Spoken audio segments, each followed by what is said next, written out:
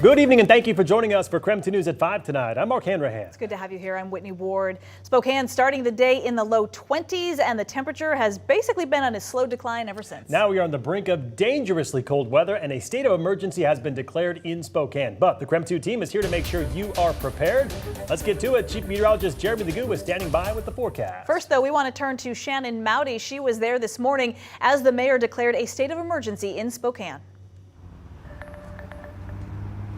Well, the Trent shelter behind me is just one of Spokane's overnight centers that is now at surge capacity under that emergency declaration.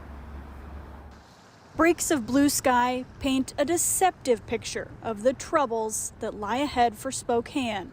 With frigid cold coming, the city's adding 183 shelter beds under surge capacity. This includes existing providers, but also new facilities.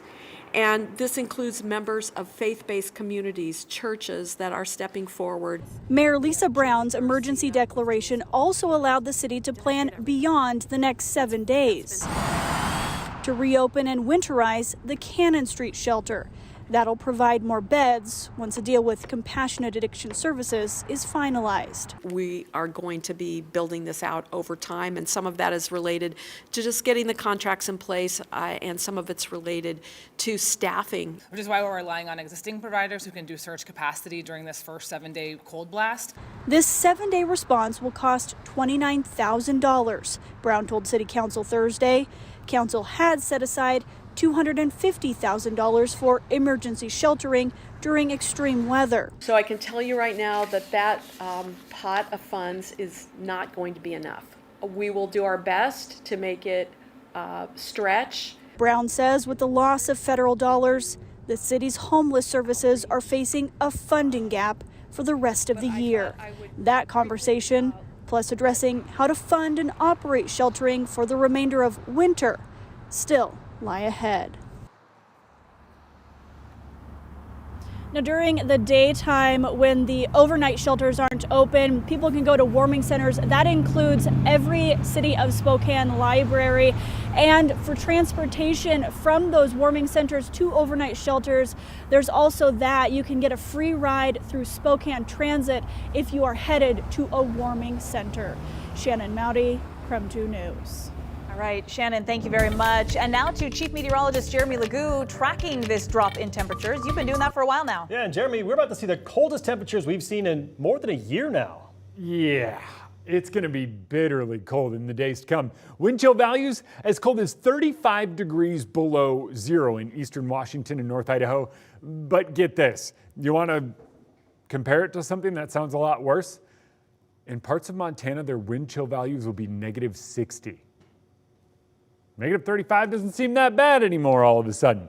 Our temperatures are dropping. As Whitney mentioned a bit earlier, it has been a slow, steady decline all day long. By tomorrow morning, we are down below zero. And notice it's just a steady drop. Every 2 hours, we're losing about 5 degrees, and then it's eventually just below zero. By tomorrow morning, we are below zero here in Spokane, well below over in Coeur d'Alene, up in Sandpoint and Bonners Ferry. Really anywhere north of Spokane or north of Highway 2, guaranteed below zero. Down in the Palouse, Pullman, Moscow, even dipping below zero. And by tomorrow afternoon, our temperatures don't rise much. It's that Arctic air mass settling overhead. And with that, just expect things to stay cold the next few days. Right now, we're squeezing out a little bit of snow in southern Spokane County. That's about as far north as it's going to come. It's going to try to move in here to Spokane. It won't amount to much, and then it works its way out. It's kind of what we talked about yesterday, the push of cold that kind of gets rid of all of that moisture. It gets rid of so much moisture. In fact, I think the next 3 days wind up being the sunniest days we've seen in quite some time.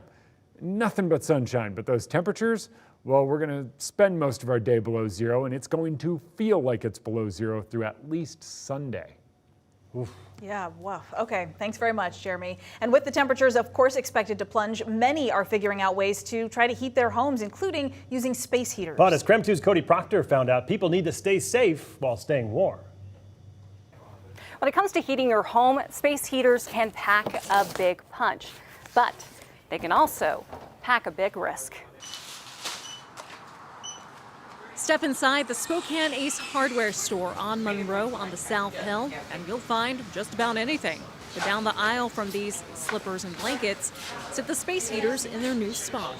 While these shelves are full now, they weren't yesterday. Once, people got news of the cold front that's coming, we sold lots of space heaters yesterday. They just kept coming in for it. But in the rush to stay warm, safety can go right out the door. According to the National Fire Protection Association, about half of fires caused by home heating equipment take place during the winter months. One of the biggest culprits are space heaters. Some of the best ways to stay warm and safe while using a space heater is to never leave them unattended. Turn them off if you're leaving the room or going to bed. Keep the heaters at least 3 feet away from anything that can burn. And don't leave them in high traffic spots and doorways where people can trip over them. But according to Avista's Michelle Drake, another thing to keep in mind is the risk to your wallet. Leaving a space heater on 24/7 for a month could impact your average bill by $100. Drake says if you do decide to use a space heater, use it in a small room for a short period of time. Now with the cold snap almost here, We ordered extra heaters to prepare for that rush. Whitney says they're ready to meet demand. Now, if you do decide that getting a space heater is not the best idea for you, or if it's too much of a risk, according to Avista officials, really one of the best things you can do is take advantage of heat sources that you already have. They also, of course, recommend covering your windows with plastic wrap, as well as closing off any gaps in order to avoid letting the heat out. In Spokane, Cody Proctor, KREM 2 News. Meantime, our weather coverage does not end here. For more, just head to KREM 2 Plus, where our National Verify team debunks some cold weather myths. You can download the app for free right now on Roku, Amazon Fire, or Apple TV.